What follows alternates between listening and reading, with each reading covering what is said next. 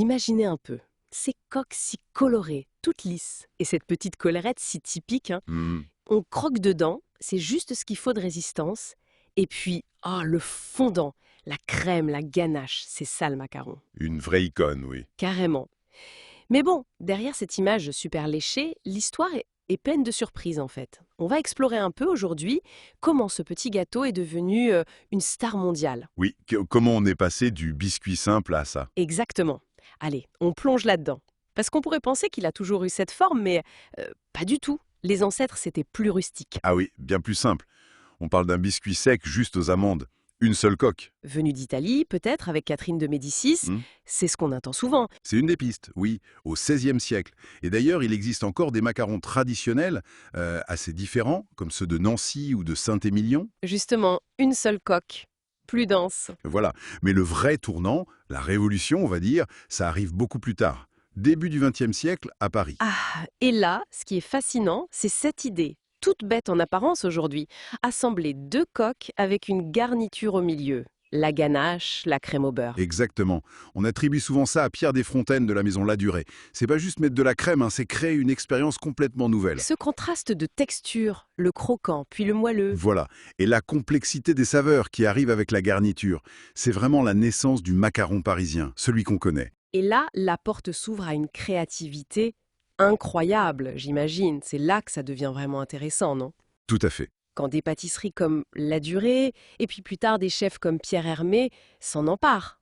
Ils ne le voient plus comme un simple biscuit. Non, ça devient une sorte de toile pour l'expression, l'innovation, un peu comme la haute couture si on veut. Ils raffinent la technique, ils osent des saveurs, parfois complètement folles. Est-ce que ça a pris tout de suite d'ailleurs ces associations audacieuses? Je pense au fameux Ispahan de Hermé, rose, litchi, framboise. Bonne question.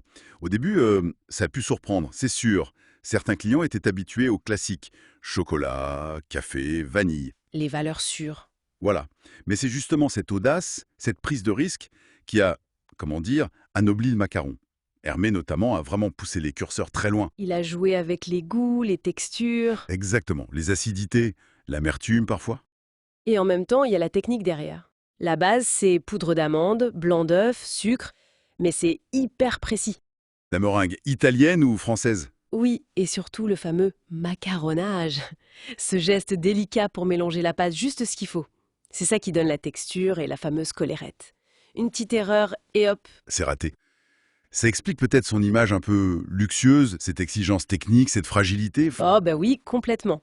Il a cette réputation d'être difficile à faire. Il est sensible à l'humidité, la cuisson doit être parfaite. Donc réussir des macarons, c'est une preuve de savoir-faire. Absolument.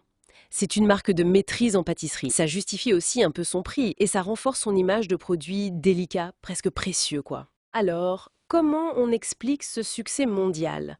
Reconnaissable partout, de Tokyo à New York, son look peut-être? Très coloré, très...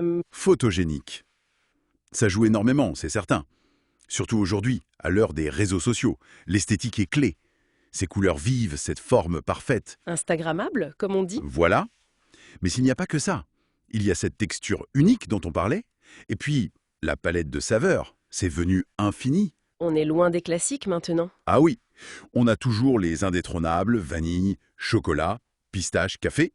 Mais à côté, on a le caramel, beurre salé, bien sûr, mais aussi des goûts floraux, épicés, Rose, lavande. oui, des éditions spéciales pour les saisons, et même, parfois, des incursions dans le salé. Foie gras, huile d'olive chez certains créateurs un peu pointus. Dingue. Donc, si on prend un peu de recul, le macaron, c'est devenu un symbole. Un symbole d'élégance à la française, un petit luxe accessible. Un cadeau chic aussi. Exactement. Ça correspond bien à cette recherche d'expérience gustative qui soit à la fois raffinée et belle à regarder.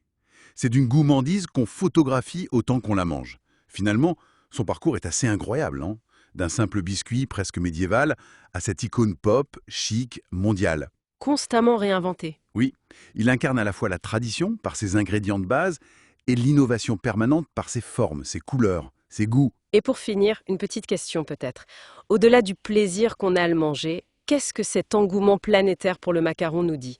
Sur notre envie collective de beau, de raffiné, de petits moments de sophistication, même juste le temps d'une bouchée.